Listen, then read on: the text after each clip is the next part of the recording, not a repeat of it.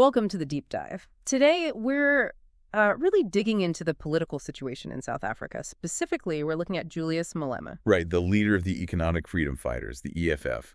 He's definitely a figure who stirs things up. He really is. And our source material for this is a pretty extensive interview transcript. It's from BBC Short Talk, Stephen Sakur interviewing Malema. A good in-depth conversation. Exactly. So our mission here is to unpack Malema's view on, well, everything really. South Africa's challenges, his solutions, his big vision for the country.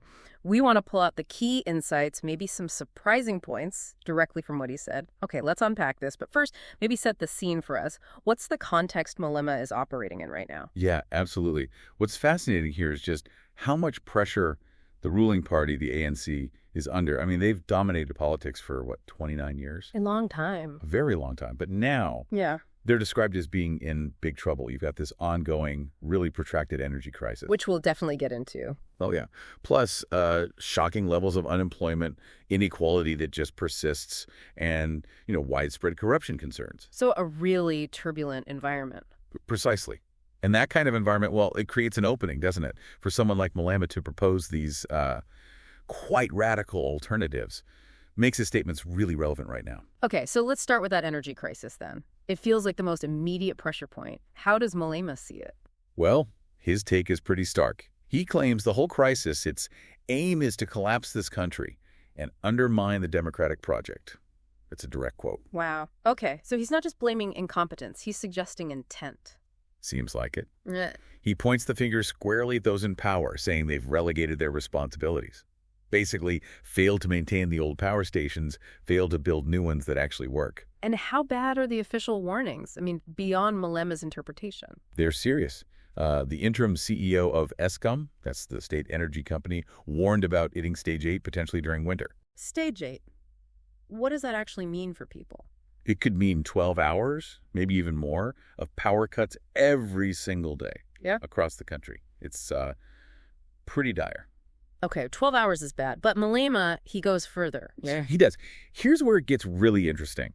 He basically says, forget stage 8, the grid will collapse, period. Collapse entirely. That's what he says. South Africa plunged into darkness within 2 weeks, facing days without electricity, not just hours. And he doesn't think he's exaggerating. No, he denies it.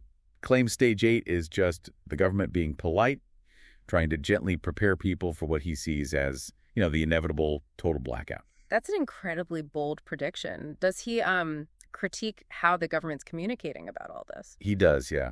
And it raises a good point about leadership in a crisis. He criticizes the lack of public reassurance from the actual elected leaders. He says, we hear from officials as if we don't have elected leaders of this country. Highlighting a disconnect. Exactly. A perceived gap between the politicians and the reality people are facing. Okay, so you have this massive energy crisis looming, Malema predicting total collapse.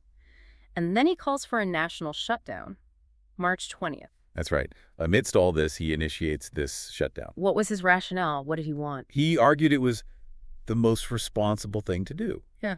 His demands were pretty clear. The president should resign, and they should form a government of national unity. But the language he used around it was intense. Oh, definitely. He called it the beginning of a revolution. Said no one can stop it, no army can stop it, no police can stop it. Very potent rhetoric designed to mobilize people, clearly. Yeah, that sounds powerful. But wasn't there controversy around the shutdown itself, threats being made? There were. The interviewer brought up allegations, claims about videos surfacing, videos apparently showing EFF members threatening teachers, police, students, if they dared go to work or school. And Malema's response? He dismissed it, said it was an old video just resurfaced to support a certain narrative, brushed it off, basically. Just like that. Didn't really engage with the content of the threat. Not really in that exchange. He framed it as a smear tactic. But the fact the interviewer brought it up shows these kinds of accusations, well, they follow him, They're part of the public image. Right. And sticking with the provocative side, what about his comments on the grid actually collapsing? He seemed almost to welcome it. He made some really startling comments there. He challenged, let the grid collapse and let's see what's going to happen. He actually said that. Yep. And predicted that if it does collapse, people are going to rise in a leaderless revolution, his words, leading to anarchy and looting all over this country. That's a chilling prediction. Almost sounds like he's inviting chaos. It's certainly provocative language. Now, about the shutdown itself, how successful was it? Because there were totally different stories, weren't there? Yeah, very conflicting accounts. What did the interview bring up? Well, the interviewer cited sources, employers saying maybe 70% of workers across the country went to work, and quoted a political commentator who called it a humiliation for Malema, basically saying it failed. Okay, so that's one side. What was Malema's counter? He strongly disagreed, claimed it was successful, that nothing was operating. He pointed to South African media reports, stuff from public transport hubs, saying even people out in rural areas joined in huge numbers. So a complete disconnect in perception. Absolutely. And if we connect this to the bigger picture, it really highlights how polarized things are. The same event can be framed as a massive success or a total failure depending on who you ask. It's all about the narrative. That's a really important point in politics, isn't it? Perception versus reality. Okay, let's shift gears a bit. Moving beyond the immediate crisis, what about Malema's core economic ideas? Especially when, as you mentioned, state companies like Eskom aren't exactly success stories right now. Right. It's a key question. His proposals are, well, they're radical. He wants the state to confiscate all privately owned land. Confiscate, so nationalize it. Essentially, yes. And also nationalize the mines and nationalize the banking sector. He's very clear. If the EFF gets elected, they will run this state-controlled economy. Okay, that's a huge shift. The interviewer must have pushed back on that. Pointing to other countries, maybe? Oh, definitely. Sacker brought up the counter-argument. You know, this model has been played out in other countries. He mentioned Zimbabwe, Venezuela, suggesting the model does not look good based on those examples. A common criticism. How did Malema defend it? This is where it gets interesting. He didn't really engage with the Zimbabwe-Venezuela comparison directly. Instead, he pointed to things South Africa already has that are state-owned, like 95% electrification, water supply, public broadcasting. Okay. And he claims these are examples of successful state operations. His argument is that South Africans are basically happy with what it already has in terms of state services. They just want proper people to go and run these institutions. So it's not the model that's flawed in his view, it's the management of the current ANC government. Exactly. He shifts the blame from the system itself to the current leadership. It's a clever framing. Speaking of leadership and track records, the interviewer also brought up Malema's own past, right? Tax issues, financial accusations. Yes, that came up. Questions about past failures to file tax returns, accusations of financial wrongdoing. These things have been around for a while. How did he handle those? Especially since he's proposing to manage the entire national economy. He largely dismissed them as old things. Said it happened when he was very young, around 27 or so. Very young for a political leader facing those kinds of charges. Well, that was his framing. He said he's grown up, he's fixed that problem, and look, he built the third largest party in the country, supposedly without help from what he calls white monopoly capital. So framing it as youthful mistakes, now overcome. Pretty much. But it does raise that question, doesn't it? How much weight do you give a leader's past personal issues when evaluating their current platform and fitness for office? It's always a tricky balance for voters. Okay, let's pivot to foreign policy. Malema has some strong views there, too, very much an anti-imperialist stance. How does he see South Africa's place in the world right now? He argues South Africa is already aligned, essentially. He says the country is in alliance with Russia, with India, with Brazil, with China, basically the BRICS nations. Even though South Africa officially says it's non-aligned on Ukraine. Yeah, Malema kind of cuts through that official line. For him, BRICS is the alliance, and that seems to be the foundation of his foreign policy thinking. And his personal commitment seems particularly strong towards Russia. Very strong. He flat out declared he would align with Russia. Went further even, saying he'd even supply the weapons to Russia. Supply weapons? Wow. Why? Because, in his view, Russia is in a war with imperialism. That's his justification. Okay, so it fits his anti-imperialist framework. How does he square that with the International Criminal Court, the ICC, wanting Putin arrested for war crimes? His response was quite pointed. He said any arrests need to start with Tony Blair, George Bush, and Barack Obama. So, whataboutism, basically. Deflecting by pointing to Western leaders.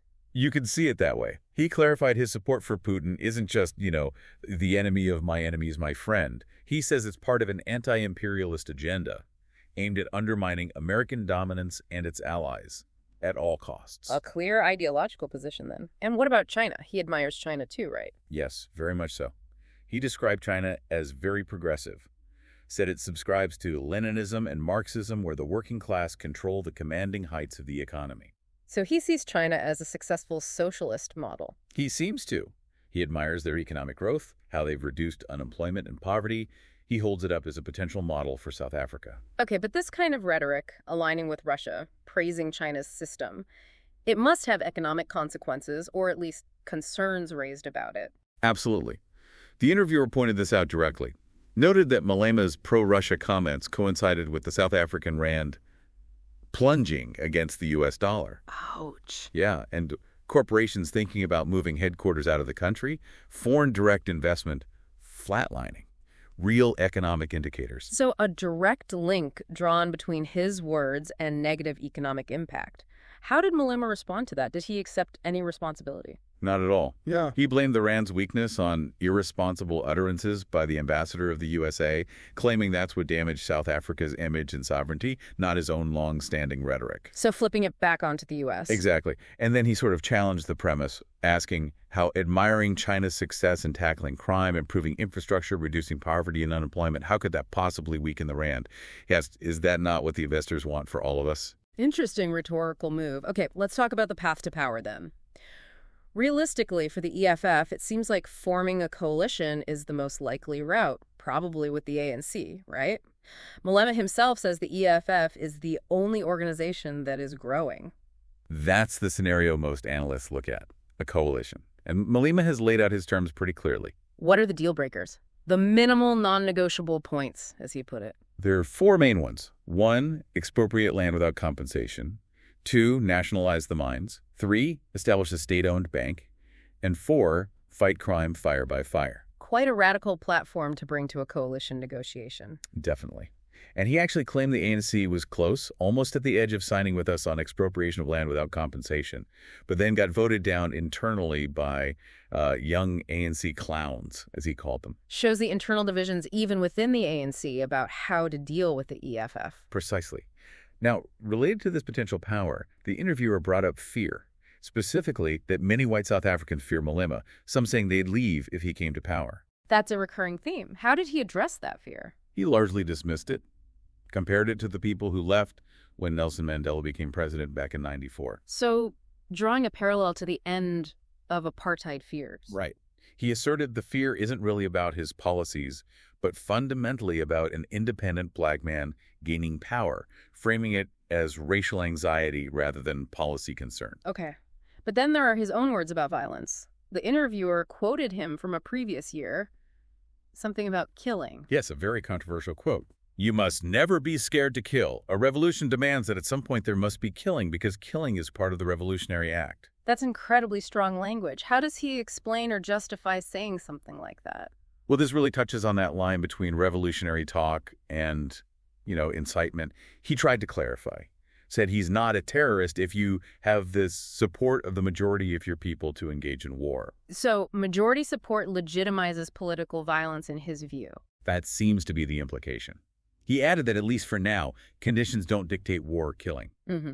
But, and this is the crucial part, if conditions do necessitate it in the future, he will without hesitation do that. So the door is left open to violence, depending on his assessment of the situation. It's a conditional threat, carefully worded, but the possibility is clearly stated. So wrapping this all together, what's his ultimate vision?